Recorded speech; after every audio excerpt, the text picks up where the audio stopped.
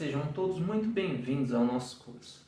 Galera, nesta videoaula eu venho estar falando brevemente sobre a mediunidade, né? Muita gente pensa que poucas pessoas têm talentos mediúnicos, né? Que são pessoas raras, pessoas especiais. Mas a verdade é que todas as pessoas possuem mediunidade. Alguns mais desenvolvidos e outros menos. Os que são menos desenvolvidos podem estar realizando algumas práticas, algumas formas de magia.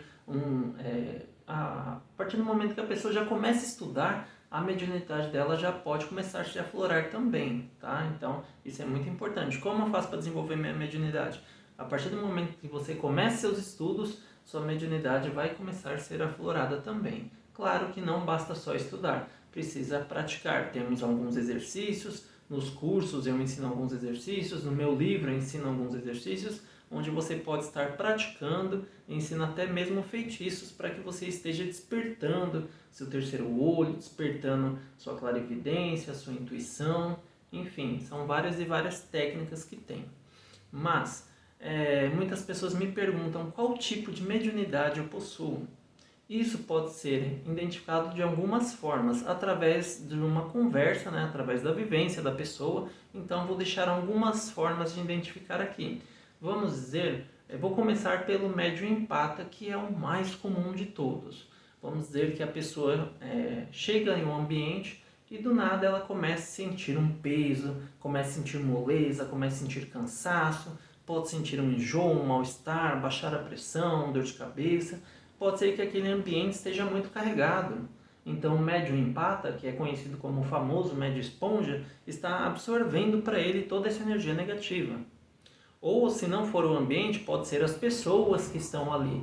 Ou até mesmo uma pessoa que está ali, mas essa pessoa está tão negativada que quando o médium chegou perto já começou a sentir essas energias. Tá? Então isso acontece bastante. Mediunidade de empatia.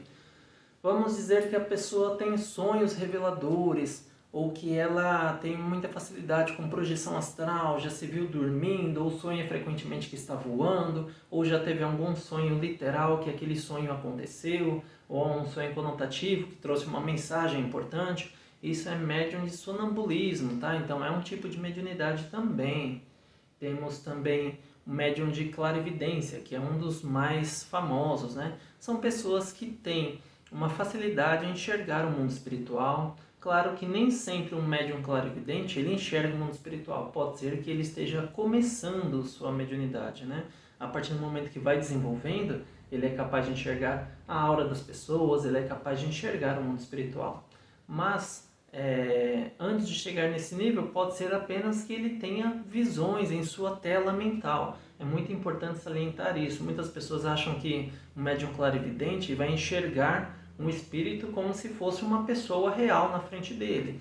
E muito raramente isso acontece. Nós vemos com um olhar espiritual. Eu falo muito disso no meu livro, que quando eu era criança, eu queria muito ter esse desenvolvimento. Eu já conseguia ver alguns espíritos, mas eu não era como se fosse físico. Então eu demorei muito a descobrir isso, tá? Então já estou passando isso para vocês. Quando a gente vê um espírito, não é como se fosse uma pessoa na nossa frente, mas é um olhar espiritual, como se fosse a nossa tela mental. Algumas pessoas são muito desenvolvidas, podem ter essa tela mental tão forte na sua cabeça que sim, pode dar a impressão que realmente é uma pessoa que está ali na sua frente, tá?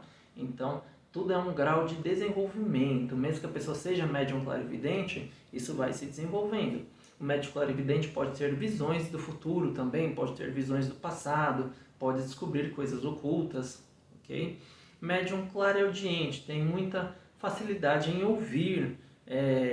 Tem um exercício que eu passo nos cursos chamado de psicometria. A psicometria é quando a gente vai, por exemplo, eu já fui em uma casa fazer uma limpeza e queria sentir as energias da casa. Então a gente chega, coloca a mão na parede e sente a energia. Então isso se chama psicometria, ou tocar para ver, tocar para ouvir. E quando a gente toca, você um médium clareaudiente pode ouvir energias, ouvir coisas que aconteceram naquele momento, naquela casa, coisas que aconteceram naquela casa em épocas passadas, tá? Pode ouvir mensagens dos espíritos, enfim, O clareaudiente tem facilidade em ouvir, ok? Outro tipo de mediunidade que é bem comum, médiuns de cura, né? Como reconhecer o médium de cura? É muito comum, às vezes a pessoa vai até um terreiro, ela já tem uma certa mediunidade, sente uma certa atração por tudo isso, né? E chegando lá, o dirigente da casa consegue perceber que a pessoa tem mediunidade de cura. A mediunidade de cura muitas vezes acompanha a mediunidade de empatia. Isso não é uma regra, mas muitas vezes acontece, tá? Como saber se você tem mediunidade de cura? Também é chamado de médiuns passistas. Pela quirologia e quiromancia, nós temos a marca do curador. Eles são pequenos sinaizinhos que se formam aqui no monte de Mercúrio. Eu acho que na minha mão não dá para ver, mas eu tenho bastantes linhas aqui, só que elas são bem fraquinhas. É apenas o sinal do curador. Eu acho que não dá para ver. Mas são risquinhos que se formam de baixo para cima, de cima para baixo, na horizontal, tá? Isso é chamado de médium, chamado da marca do curador, e pessoas que possuem essa marca têm uma grande facilidade com mediunidade de cura.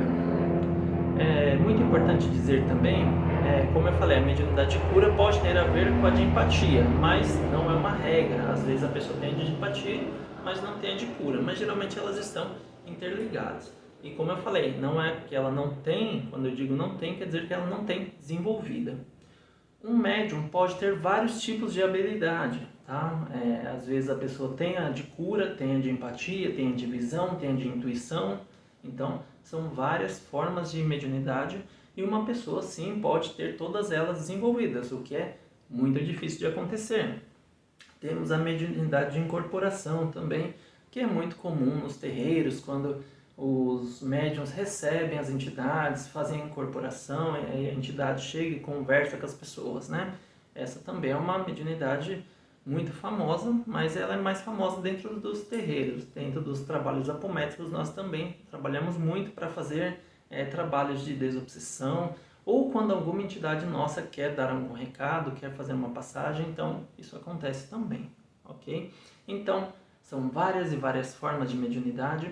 Você se identifica com algumas dessas características de médiums? Como eu falei, temos várias características. Deixa eu ver alguma outra. Pessoas que... uma que tem a ver também com mediunidade de empatia e mediunidade de cura. Pessoas que começam do nada a se desabafar para você. A pessoa está carregada, a pessoa está triste, está com raiva, está angustiada, e ela chega para você e começa a contar a vida toda dela para você.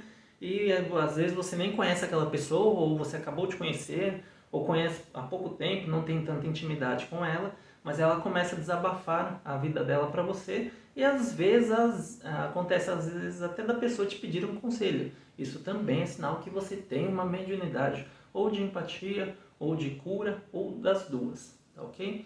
Bom, existem várias formas de mediunidade. Aqui eu falei pelo menos as mais famosas, e algumas formas de você descobrir qual tipo de mediunidade você pode ter, ok?